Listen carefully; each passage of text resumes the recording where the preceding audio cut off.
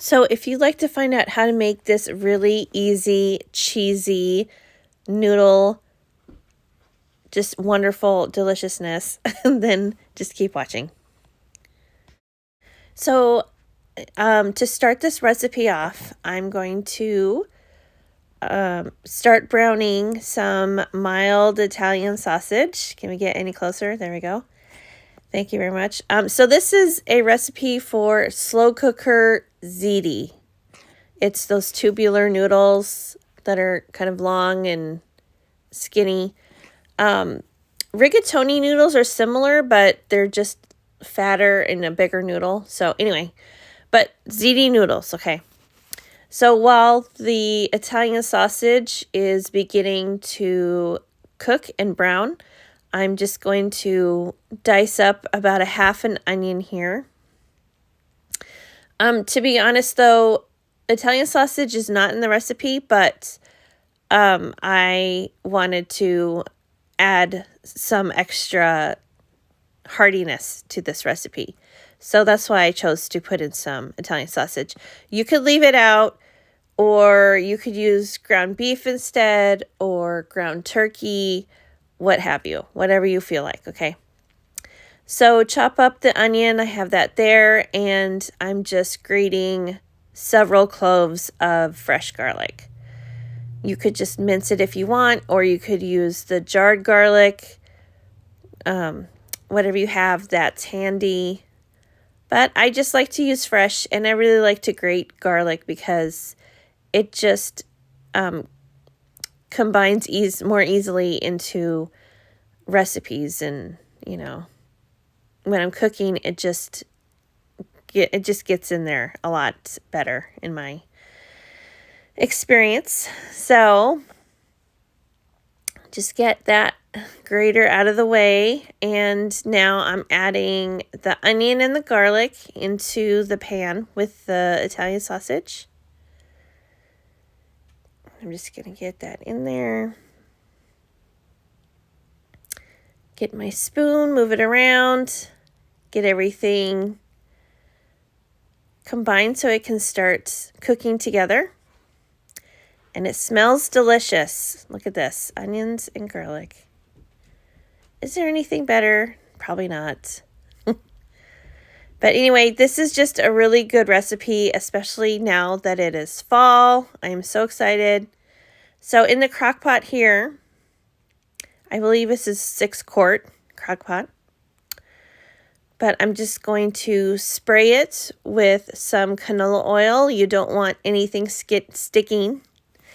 Or you could use the liners for crock pots, but for easy cleanup, which is really easy, but I would just rather spray it.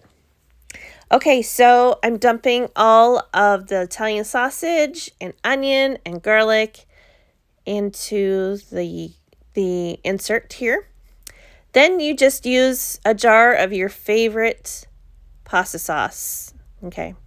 Rayo's is my very favorite, but it's not payday yet, so we're not using Rayo's. And then a couple more cans of tomato sauce, because we want to make sure and give that pasta lots of cooking liquid and sauces to absorb. Okay, then we have some sugar. Yes, we need sugar because we have a lot of acidic tomatoes, and the sweet sugar is really going to help to balance out all those acids, okay? It's a must. And then I'm just adding in some fresh basil. And I'm just going to stir this around. I didn't show it, but you need to add 2.5 cups of broth. I forgot to do that. So we're just switching it to low, or high, I mean. And then you let it go for a little while, and then dump in your noodle. I'm using penne. I don't know why I was talking about rigatoni earlier, but anyway, I'm using penne because I really like this protein pasta, and I thought it would just add a little extra nutritional value to my dinner. So I wanted to go with that versus the ziti noodle. But you can use whatever shape you like. is going to work just good in here. So I'll cover the lid, put the lid on, and let the noodles cook, and they're going to absorb all of that nice sauce and broth. And this is optional here. This is ricotta cheese. I love ricotta cheese. It is so creamy and has just a touch of sweetness. And I just love it in pasta dishes like this. So I'm just going to add some to the mixture here. Just add however much you like. And I'm just going to give it a really nice stir. And it's going to add such beautiful creaminess to this recipe. And so cheesy.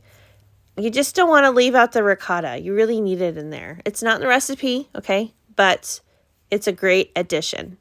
So I'm also going to sprinkle in some Italian cheese blend here. Mozzarella, Asiago, Parmesan, and just mix it around. The mozzarella is going to make it really, really creamy and cheesy, and you're going to get that really nice cheese pull and stringy cheesiness. Look at that, just like that. So gorgeous. Oh, this is so good. I'm going to be making this a lot during this winter season. My family thought it was so delicious and good, and I'm definitely going to make this quite often while I can. So I'm just adding a little bit more cheese on top, just so we can add a little extra drama to this recipe, okay? Put the lid on, and it's going to look like this when it's all done. Look at gorgeous, cheesy, yum. Oh my goodness, this is so good. And you can serve it with some garlic bread and a side Caesar salad or a garden salad, whatever your fancy is, then do it. I mean, it's just so good. I'm going to have this recipe linked for you in the description box.